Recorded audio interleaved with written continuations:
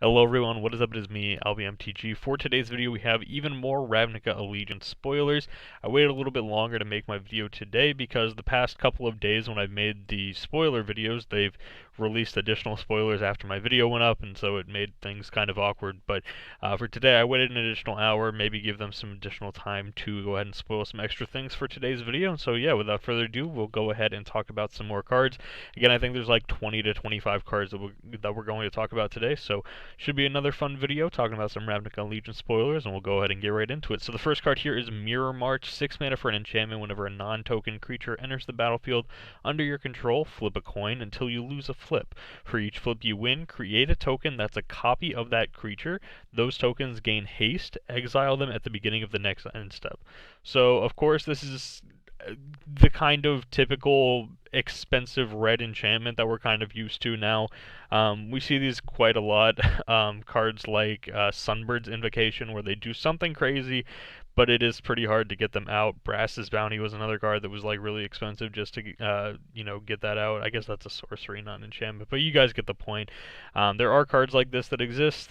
This one's a pretty interesting one. I don't like that it's random. You have to flip a coin and stuff like that. I'm not a big fan of the cards that remove skill-based aspects of Magic. I like this. I like it when Magic's much more skill-based than it is random-based. But yeah, Mirror March seems like a fun card. Probably goes in your Possibility Storm commander decks and all these other random, commander decks. We're just trying to have a different game every time. And Mirror March allowing you to flip some coins is a great way to do that. Next up is Sharkdo Crab, which of course is a fantastic name. This is part shark, part octopus, part crab. But it's a 4 mana 4/4, which is also just perfectly fine. Has Adapt 1 for again another 4 mana, which again is alright. And then whenever one or more +1/+1 counters are put on Sharkdo Crab, tap target creature an opponent controls. That creature doesn't untap during its controller's next untap step. For Limited, this card is going to be really, really good. I'm quite excited for it in Limited. I don't think it's going to be anything, too special in like Standard or anything like that. But for Limited, this card's going to be a great card. Good signal for whether or not Simic is an open guild when you're drafting. And, you see one of these going a little bit later than it should, then you can kind of infer that Simic is one of the open guilds. And yeah, I'm looking forward to casting some Sharkdo Crabs. Next up, we have Scrabbling Claws. This is a reprint. Just kind of graveyard hate, nothing too crazy here. Fine card, nothing too special. Next up is Font of Agonies. 1 mana for an enchantment. Whenever you pay life, put that many blood counters on Font of Agonies. And then for 2 mana and remove 4 blood counters from Font of Agonies, you can destroy target creature. So this is recursive removal, which is nice, but it does require you to lose some life. It specifically requires you to pay life. So the first thing that came to my mind was if you do something like crack a fetched land and then shock in Modern, then you're putting 3 blood counters on this, but you really need 4 to make it work. So I think the card's fine. It's nothing too crazy. It's very much a build around card. Nothing that's overly busted or anything like that. But you could see some build around decks forming around Font of Agonies in Standard. I'd be pretty interested to see some of those lists. Next up, we have ourselves a card in a foreign language. So we're looking at Harmony Square, which is a land. Whenever Harmony Square enters the battlefield, if you control 2 or more gates, you gain 3 life. And then tap, add a colorless, tap, add 1 mana of any type that a gate you control can produce. Interesting. So this has the ability to just be, again, another colorless land, enters the battlefield untapped, which is nice. Or if you have some gates, this can be kind of a rainbow land if you have enough gates to turn it into a rainbow land. Also, if you have enough gates that, there's 2 or more other gates out there, then you're also gaining 3 life, which can be, nice against aggressive strategies. But again, I don't see this card being anything too crazy because right now we don't really have enough gate payoffs in Standard to make a gate-themed deck. But we are seeing some of the new cards coming out that do have gate themes with them. Actually, in fact, the next card we're going to take a look at here is kind of a gate-centric card. This is Gates Ablaze, 3 mana for a sorcery, deals X damage to each creature where X is the number of gates you control. So something like that could be pretty good for a gate-centric deck. You have this new card here for the gate-centric deck. You have things like Circuitous Route, which can find you 2 additional gates, and then the promo that was spoiled like very, very long ago.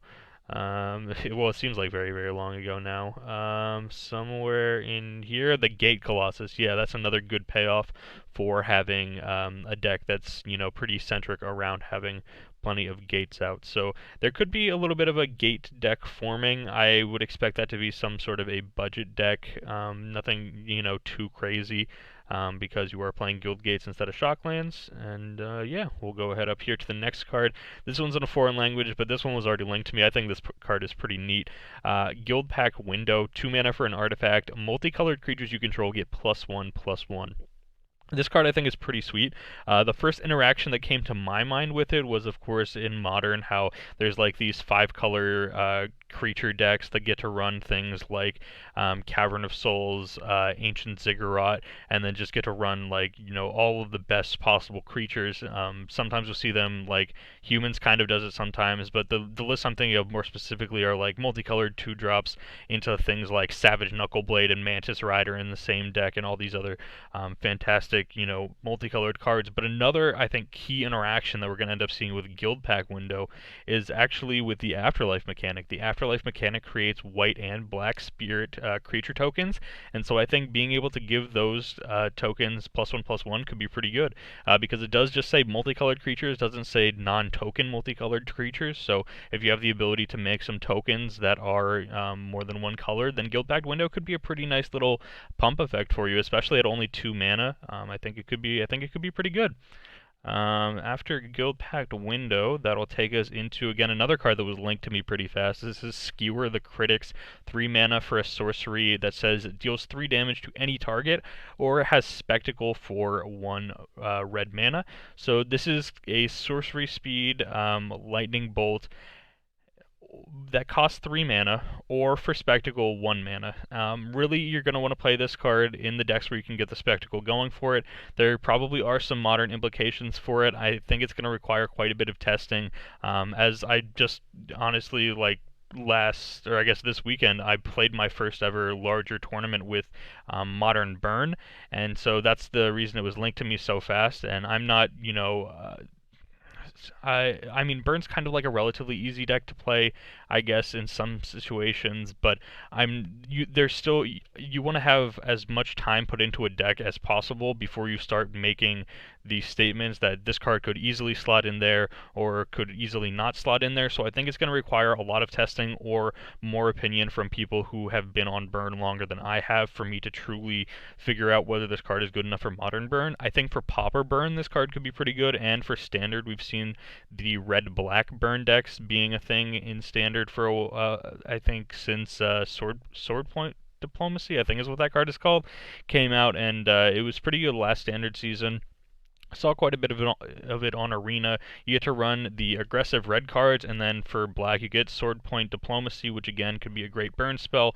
You get Risk Factor again as another Punisher card from red, so you're kind of playing like Punisher burn. And then from black again you also get Sovereign's Bite, which is kind of like a standard legal lightning helix that can only target players. So that card could be pretty good too, and I think Skewer the Critics fits perfectly in that sort of a strategy. Next up, we have Clan Guildmage. This is going to be the Gruul Guildmage for the set. 2 mana 2/2, and then for 1 and a red and tap, target creature can't block this turn. Fits perfectly with the aggressive strategy that Gruul's trying to be. And then for 2 and a green and tap, target land you control becomes a 4/4 elemental creature with haste until end of turn. It's still a land, again trying to fit pretty nicely with the aggressive theme that you're trying to see from Gruul, turning your 2/2 plus an additional 3 mana into a 4/4, or I guess an additional 4 mana since you have to have an untapped target land as well. You don't have to have an untapped target land, but if you're planning on attacking with it, you're going to want the land to be untapped. So technically 4 mana, I guess. But yeah, still seems perfectly fine for the Clan Guildmage. Seems like it'll be a reasonable limited card. Next up, we have Cinder Lash.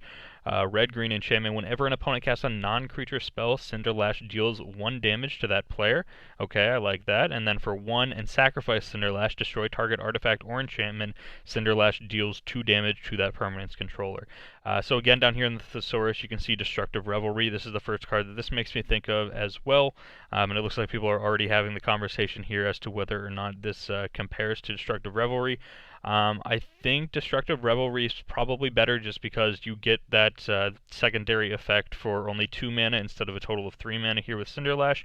But over the course of a longer game, Cinder Lash does get through more damage.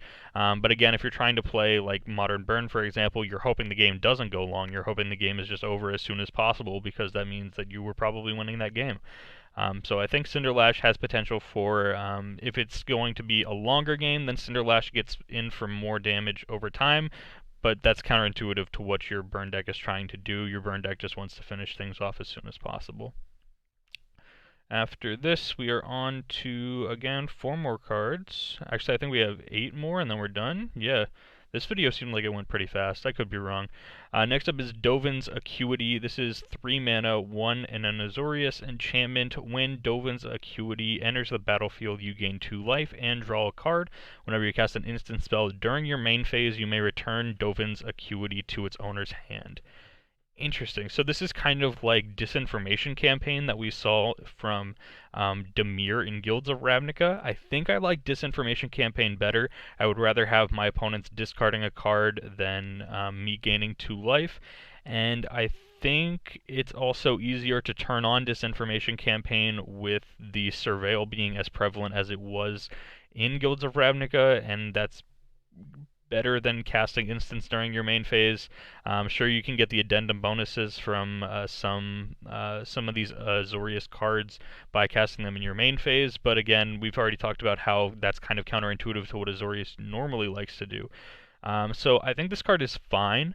It's going to be a pretty solid pickup for your Azorius limited decks, but I don't think this is going to be something that will see constructed play like we've seen with Disinformation Campaign. Disinformation Campaign has been, as someone who has played some blue-black control in Standard during Guilds of Ravnica, I've been very impressed with Disinformation Campaign, and I don't see the same thing happening with Dovan's Acuity, just because of the counterintuitivity of what the Azorius decks are trying to do, and that the effect of gaining 2 life is a bit worse than having your opponent discard a card, and is also slightly harder to trigger the bounce back ability compared to what Disinformation Campaign was. Next up, we have an Orzhov card here. This is 1 and a black for a human rogue. Death Touch and Afterlife 1 for a 1/2. Yeah, that seems perfectly fine to me. I don't think it's good enough for our, standard Aristocrats deck that we've been kind of slowly brewing throughout the course of these previews. But I think it's a fine card. Going to be great for limited, having something that can just kind of trade off with a bigger creature and then turn into a 1/1 spirit. Seems pretty alright to me. This card, I don't know what it's called, but I know what this one does. This one is a Magma Spray that costs 1 more mana. Scorchmark, yeah, so deals 2 damage to target creature. If that creature would die this turn, exile instead. It's exactly the same as Magma Spray, except it costs an additional mana.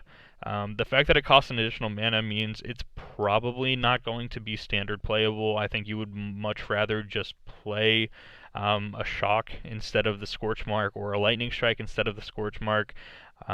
But I think it'll be a fine card for limited. We've seen some smaller cards in this set that are pretty good, and it's also notable that if you kill something with the Afterlife mechanic by using Scorchmark, since it says if that creature would die this turn, exile instead, you won't get the death benefits of that card with Afterlife. So if they have kind of a creature that maybe has 2 toughness but has like Afterlife 3 or something crazy like that, you can use the Scorchmark to trade off pretty favorably with that kind of a creature.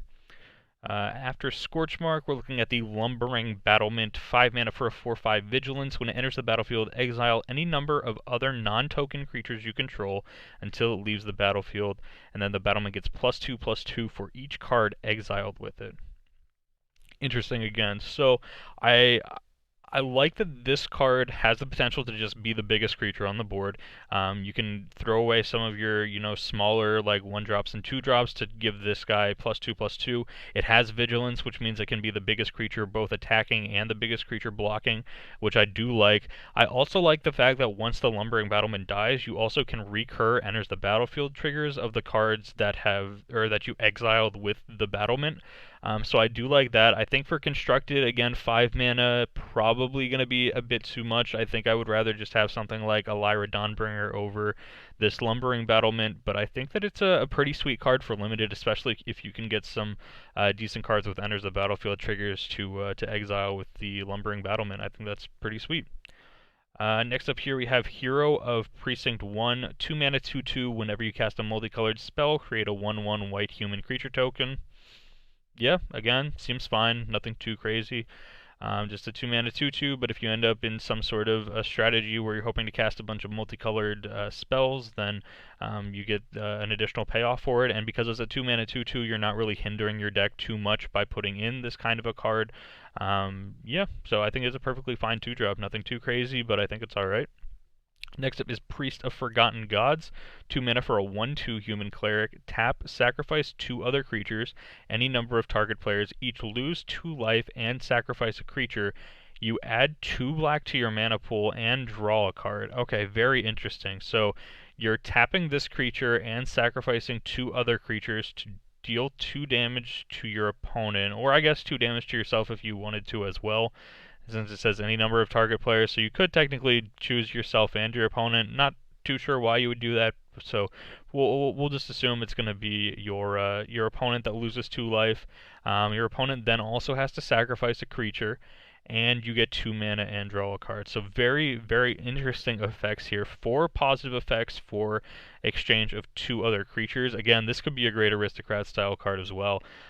Deal some damage to your opponent, potentially turns that into 2 additional mana, so you can possibly ramp out something else. You get to draw a card, which is fantastic, and then having your opponent sack a creature can be quite good as well, especially if there's some sort of a control deck. I mean, if they're a control deck, you probably don't have this plus 2 additional creatures out on the board at the time that they have another creature, but if there may be something like green-black and you can set up a board state where you're getting them to sacrifice their Carnage Tyrant or something like that, for example, then you're really setting up a positive swing in your favor. And so I think Priest of Forgotten Gods could be an interesting one for, again, that sort of aristocrat style strategy that we've been brewing around with here during spoiler season.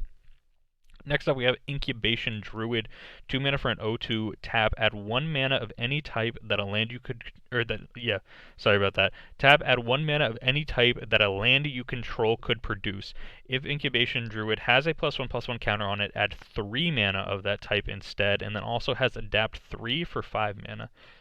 So Adapt 3 for 5 mana is a pretty reasonable rate. We've seen things like Adapt 1 for 4 mana, so I think Adapt 3 for 5 mana seems pretty solid already in itself. And then just the fact that it's a mana dork, it's a very solid mana dork. Has the ability to become a threat later on in the game, which is super nice. You could even use the Incubation Druid to be one of the mana. You can tap the Incubation Druid to float a mana, and then have 4 other, mana sources that could activate the Adapt 3 then on the Incubation Druid. I really like this as a mana dork. I think it definitely replaces something like Druid of the Cowl for the decks that were previously running Druid of the Cowl. Yeah, I'm a big fan of this Incubation Druid. I think it's pretty sweet, and the fact that it's 1 mana of any type that a land you control could produce. It's not just locked into green like you see sometimes with some of these mana dorks. So I do like the Incubation Druid. I think it's a pretty sweet card. Probably standard playable, honestly, or definitely standard playable. I'm going to go ahead and say definitely standard playable. I think this card's pretty sweet. Then our final card for today, unless we refresh and we see something else here, this is Tome of the Guildpact, 5 mana for an artifact. Whenever you cast a multicolored spell, draw a card, and then tap to add 1 mana of any color. I'm not a big fan of this one. These 5 mana artifacts that help you draw cards, I'm not really a big fan of them in anything outside of Commander.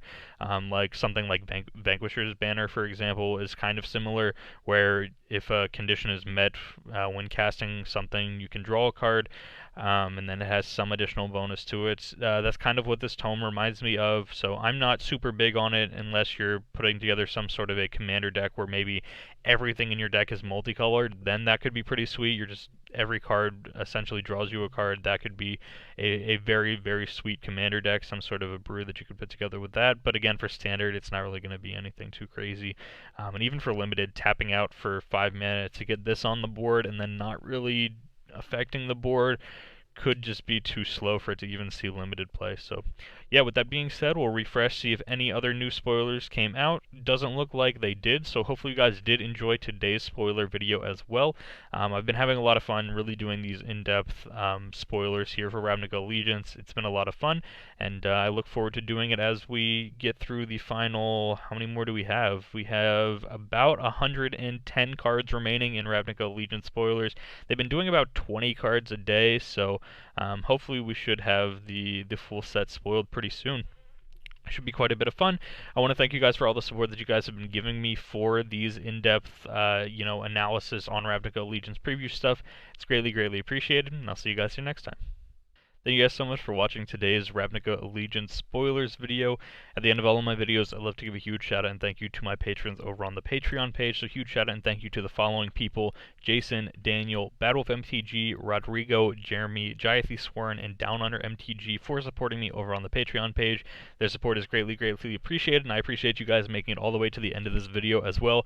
Really means a lot to me, and I'll see you guys here next time.